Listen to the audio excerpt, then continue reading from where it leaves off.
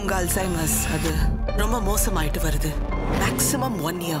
அதுக்குள்ள உங்க எல்லா மெமரிஸும் அழிஞ்சிடும். வணக்கம். போன வருஷம் எனக்கு மறக்க முடியாத தியேட்டரிக்கல் எக்ஸ்பீரியன்ஸஸில் ஒன்று விடுதலை பார்ட் 1. இயக்குனர் வெற்றிமாறன் கிரியேட் பண்ண அந்த உலகத்தோடைய அடுத்த சாப்டர் 1.5 வருஷம் கழிச்சு இன்னும் கூட லேட்டாக தான் ரிலீஸ் ஆயிருக்கு.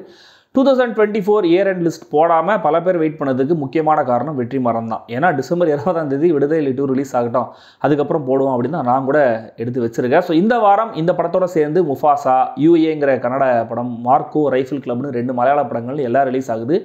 இன்றைக்கி விடுதலை பார்ட் 2 அண்ட் முஃபாசா விமர்சனங்கள் நம்ம சேனலில் வந்துடும். ரெண்டுத்தையும் பாருங்கள். அப்படியே அந்த மற்ற மொழி படங்கள் 3 படங்கள் அதில் எதையெல்லாம் ரிவ்யூ பண்ணலாம் அப்படிங்கிறத கமெண்ட்டில் எனக்கு சஜஸ்ட் பண்ணுங்கள்.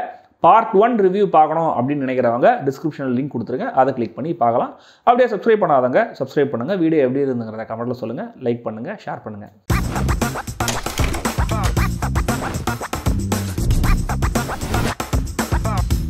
விடுதலை பார்ட் 2. போலீஸால் அரசு செய்யப்படுற வாத்தியாரை கஸ்டடியில் வச்சு விசாரணை பண்ண ஆரம்பிக்கிறாங்க. அங்கேருந்து அவரை இன்னொரு இடத்துக்கு மாற்றும் போது அவருடைய பேக் ஸ்டோரி நம்மளுக்கு சொல்லப்படுது.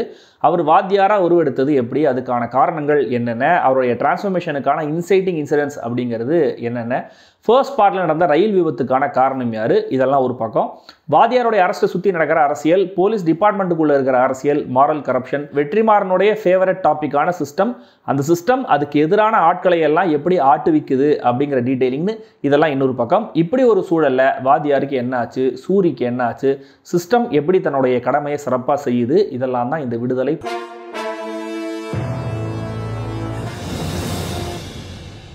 இந்த பார்ட்டில் ஹீரோ சூரி கிடையாது, விஜய் சேதுபதி தான். மஞ்சு வாரியர் கிட்ட அவர் ப்ரப்போஸ் பண்ணுற விதம், காட்டுக்குள்ளே தன்னை சுற்றி இருக்கிற போலீஸ் கிட்டேயே நியாயத்தை பற்றி பேசுகிற சீன், கிளைமேக்ஸில் அவர் கொடுக்குற அந்த ஒரு லுக்குன்னு அவருடைய ஸ்டைலில் ஒரு கம்ப்ளீட் பெர்ஃபார்மன்ஸை கொடுத்துருக்காரு. அவர் நடித்த மெமரபுளான கதாபாத்திரங்களில் ஒன்றா கண்டிப்பாக இந்த வாத்தியாரும் இருக்கும். நேர்மையான அப்பாவியான போலீஸா சூரி தனக்கு கிடைச்ச ஸ்பேஸில் தன்னுடைய இருப்பை தெரியப்படுத்துறாரு. கிளைமேக்ஸில் அவர் எடுக்கிற அந்த முடிவு, அங்கே அவருடைய அந்த பாடி லாங்குவேஜ் ரொம்ப நல்லாவே இருந்தது. சேத்தன் இந்த பார்ட்லையும் தன்னுடைய டெரிஃபிக்கான வில்லன் ஆக்டை தொடர்ந்து இருக்காரு. அவர் கூடவே படம் முழுக்க வர சர்தார் சத்யா, ஆரியன் சிவசங்கரன், பாலா ஹாசன், இந்த பிரதான போலீஸ் கேரக்டர்ஸ் எல்லாருமே மனசில் நிற்கிறாங்க. ரொம்ப நல்லாவும் நடிச்சிருக்காங்க. கடைசியில் கொஞ்ச நேரமே வர டைரக்டர் தமிழுமே கூட செம்மையாக பண்ணியிருக்காரு. சீஃப் செக்ரட்டரியா ராஜீவ் மேனன், கலெக்டரா சரவண சுப்பையா, எஸ்பியா கணேஷ், மினிஸ்டரா இளவரசுன்னு சிஸ்டத்துடைய ஈவில் என்னங்கிறத போர்ட்ரே பண்ணுற கேரக்டர்ஸ் ஒவ்வொன்றுமே எழுதப்பட்ட விதமும் அந்த நடிகர்கள் நடித்த விதமும் மொத்த படத்துக்கும் ஒரு அழுத்தத்தை சேர்த்துருக்கு. கௌதம் மேனன், பாலாஜி சக்திவேல், ஒரு சில ஷார்ட்ஸில் வர அனுராக் காஷ்யப், கேமியோ மாதிரியான ரோலில் கிஷோர், போஸ் வெங்கட், வின்சென்ட் அசோகன், கென் கருணாஸ், பாவல் நவகீதன், இன்னும் சிலரும் இந்த படத்தில் இருக்காங்க. இல்லை பலர் இருக்காங்க. படத்தில் கொடுக்கப்பட்ட வேலையை எல்லாருமே கரெக்டாக செஞ்சுருக்காங்க. இந்த மலையும் மலை சார்ந்த பகுதிகளும் வேல்ராஜோட லென்ஸில் வெற்றிமாறனுடைய பார்வையில் நம்மளுக்கு ரொம்ப யூனிக்காகவே தெரியுது. Vijay Sethupathi and police gang அவங்களுடைய அந்த ஃபாரஸ்ட் டிராவல் காட்சிகள் எல்லாமே செம நீட். பட் இந்த வாட்டி சிஜியில் சில எலிமெண்ட்ஸ் எல்லாம் அங்கங்கே சேர்த்துருக்காங்க. அது ரொம்ப அப்பட்டமாகவே தெரிஞ்சிச்சு. வழக்கமாக இந்த இருட்டில் சிஜி கொஞ்சம் சமாளித்து ரியலிஸ்டிக்காக காமிச்சிடலான்ற மாதிரி சொல்லுவாங்க. ஆனால் இங்கே எக்ஸ்ட்ராவாக அந்த ஃபாக் எஃபெக்ட்லாம் கிரியேட் பண்ணி அதையுமே ரொம்ப செயற்கையாக தான் காட்டியிருக்காங்க. கிளைமேக்ஸில் பேட்ச்லாம் ரொம்ப பச்சையாக, சரி ஓகே, ரொம்ப அப்பட்டமாக தெரிஞ்சது. சீனோட மூடையும் கூட கொஞ்சம் கெடுக்குது. இளையராஜா இசையில் தினந்தனமும் பாட்டை விட மனசில் பாட்டுக்கான சிச்சுவேஷன் கரெக்டாக இருந்த மாதிரி எனக்கு தோணுச்சு. பிஜிஎம் அன்ஃபார்ச்சுனேட்லி எனக்கு ஃபர்ஸ்ட் பார்ட் மாதிரி தான் பெருசாக எனக்கு அப்பீல் ஆகலை. அதுவும் படத்தோடைய ஃபர்ஸ்ட் ஹாஃபில் ரொம்ப ரேண்டமாகவும் இருந்துச்சு. இவ்வளவு ஃபுட்டேஜை வச்சுக்கிட்டு இதை படமாக எப்படி அசம்பிள் பண்ணாங்க அப்படிங்கிறத நம்ம அப்புறம் பேசுவோம். ஆனால் இந்த பெரிய டாஸ்க்கை செஞ்சு முடிச்சிருக்கிற எடிட்டர் ராமர் அண்ட் டீமை கண்டிப்பாக பாராட்டி ஆகணும். ஒரு தரப்புடைய நல்லதுக்காக மட்டும் பெருவாரியான மக்களை சுரண்ட இந்த சிஸ்டம், அதோடைய அடியாட்கள் மாதிரி வேலை செய்ய நிர்பந்திக்கப்படுற காவல்துறை, இந்த ரெண்டுத்தையும் எதிர்த்து கேள்வி கேட்குற ஒரு ஹீரோ அவருடைய ஜேர்னியில் முடிஞ்ச வரைக்கும் எல்லாருக்கும் ஒரு அவேர்னஸ் அவர் கிரியேட் பண்ணணும்னு நினைக்கிறாரு. இப்படி ஒரு களத்தில் முதல் சீன்லேருந்து கடைசி சீன் வரைக்கும் பல முக்கியமான சென்சிட்டிவான விஷயங்களை நிறைய பேசவும் கொஞ்சமாக காட்டி உணர்த்தியிருக்காரு இயக்குனர் வெற்றிமாறன். கௌதம் மேனன், விஜய் சேதுபதி விசாரணை சீனே அதிரடியான ஒரு படத்துக்கான டோனை செட் பண்ணிடுது. ஆல்ரெடி நம்மளுக்கு பரிச்சயமான ஒரு வேர்ல்டு மாதிரி ஃபீல் ஆகிறதுனால ஈஸியாக நம்மளால் அந்த கேரக்டர்ஸோட டிராவல் பண்ணிட முடியுது. படத்தில் 2 ஃப்ளாஷ்பேக் போர்ஷன்ஸ் வருது. கென் கருணாஸ் வர சின்ன போர்ஷன் ஒன்று, விஜய் சேதுபதியோடைய வாழ்க்கையை சொல்கிற மேஜர் ஃப்ளாஷ்பேக் போர்ஷன் ஒன்று. பட் சேட்லி ரெண்டுமே எனக்கு ரொம்ப ஜென்ரிக்காக தான் ஃபீல் ஆச்சே தவிர அவ்வளோ சுவாரஸ்யமாக இல்லை.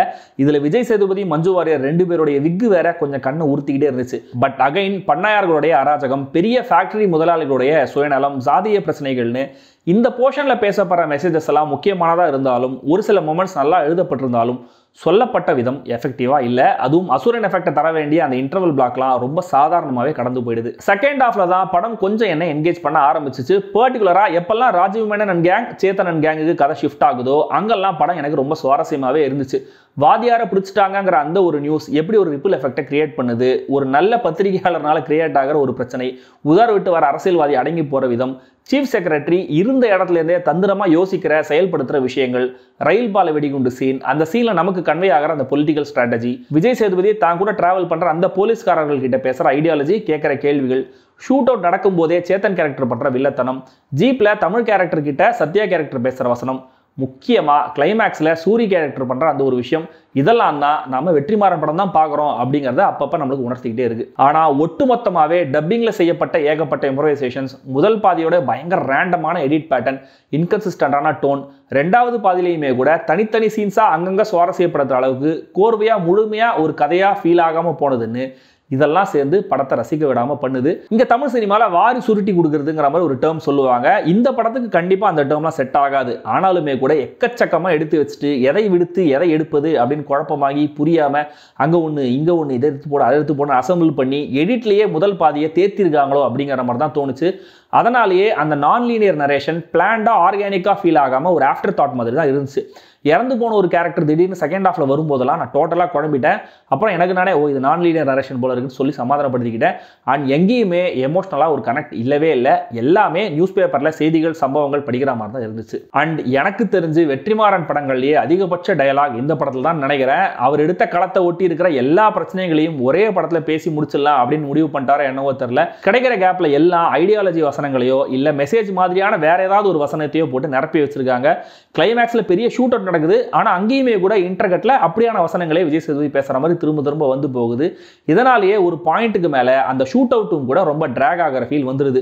ஷார்ப்பா அழுத்தமா ஃபீல் ஆகிற வெற்றிமாறனுடைய ரைட்டிங் செம்ம பிரீச்சியா சமுத்திரகனிக்கே டஃப் கொடுக்குற ரேஞ்சுக்கு ஏன் மாறுச்சு அப்படிங்கிறது பெரிய அதிர்ச்சி பிளஸ் ஆச்சரியம். எனக்கு ஃபீல் ஆன இன்னொரு முக்கியமான குறை என்னன்னா, சூரி கேரக்டருடைய கதையா ஆரம்பிச்சு விஜய் சேதுபதி கேரக்டருடைய கதையா இந்த படம் முடியுது. சூரி கேரக்டருக்கான ஆர்க் என்ன அப்படிங்கிறதுலாம் ஓகே, அதெல்லாம் கன்வே ஆனாலுமே கூட இன்னும் கூட அந்த கேரக்டர் கொஞ்சம் பெட்டரான இம்பார்ட்டன்ஸ் கொடுக்கப்பட்டிருக்கலாம். பவானிஸ்டர் கேரக்டர்லாம் என்ன ஆச்சு அப்படிங்கிறது இந்த படத்தை சுத்தமாக சொல்லப்படவே இல்லை. ஆக்சுவலாக இந்த படத்தில் அந்த கேரக்டர் இல்லவே இல்லை. மொத்தத்தில் இந்த விடுதலை பார்ட் 2 பார்ட்லி என்டர்டெய்னிங்கான டயலாக் ஹெவி அண்டர்வெல்மிங் டிராமா, தேவையான முக்கியமான மெசேஜாக இருந்தாலுமே கூட அது இப்படி ஒரு இன்ஃபர்மேஷன் டம்ப் மாதிரி கொடுத்ததுக்கான காரணம் என்ன அப்படிங்கிறது மட்டும்தான் என்னுடைய கேள்வி, ஆதங்கம் எல்லாமே. என்னை பொறுத்த வரைக்கும் இயக்குனர் வெற்றிமாறனுடைய வீக்கான படம் அப்படின்னா அது இதுதான். ஸோ அடுத்த படத்தில் டப்பிங்லையும் எடிட்டிங்லையும் படத்தை தேத்தாம தன்னுடைய முந்தைய படங்கள் மாதிரியே ஒரு நாக் அவுட் பஞ்சை வெற்றிமாறன் டெலிவர் பண்ணுவார் என்று நம்புவோமாக. இந்த விடுதலை பார்ட் 2 தியேட்டர்ஸில் மட்டுமே ரிலீஸ் ஆயிருக்கு. படத்துக்கு அடல்ட் ஒன்லி ரேட்டிங்லாம் கொடுத்திருந்தாலுமே கூட பிளட் ஷெட்லாம் பிளர் பண்ணி காமெடி பண்ணியிருக்காங்க. இந்த சென்சார் போர்ட் சிஸ்டத்தை எதிர்த்து ஒரு படம் பண்ணணும். நிலம் இனம் மொழின்னு மக்களை ஒன்று சேர்க்கிற வேலையை நாங்கள் செய்ய ஆரம்பிச்சப்போ நீங்கள் கட்டமைச்சிருக்கிற இந்த ஜாதி மதம் பிரிவினைவாதம் எதை வச்சு உங்கள் அமைப்பால் அரசியல் பண்ண முடியாமல் போச்சு. அப்போ ஆரம்பிச்சது இந்த பயம். உங்க அல்சைமர்ஸ் அது ரொம்ப மோசமாயிட்டு வருது. Maximum 1 year. அதுக்குள்ள உங்க எல்லா மெமரிஸும் அழிஞ்சிடும்.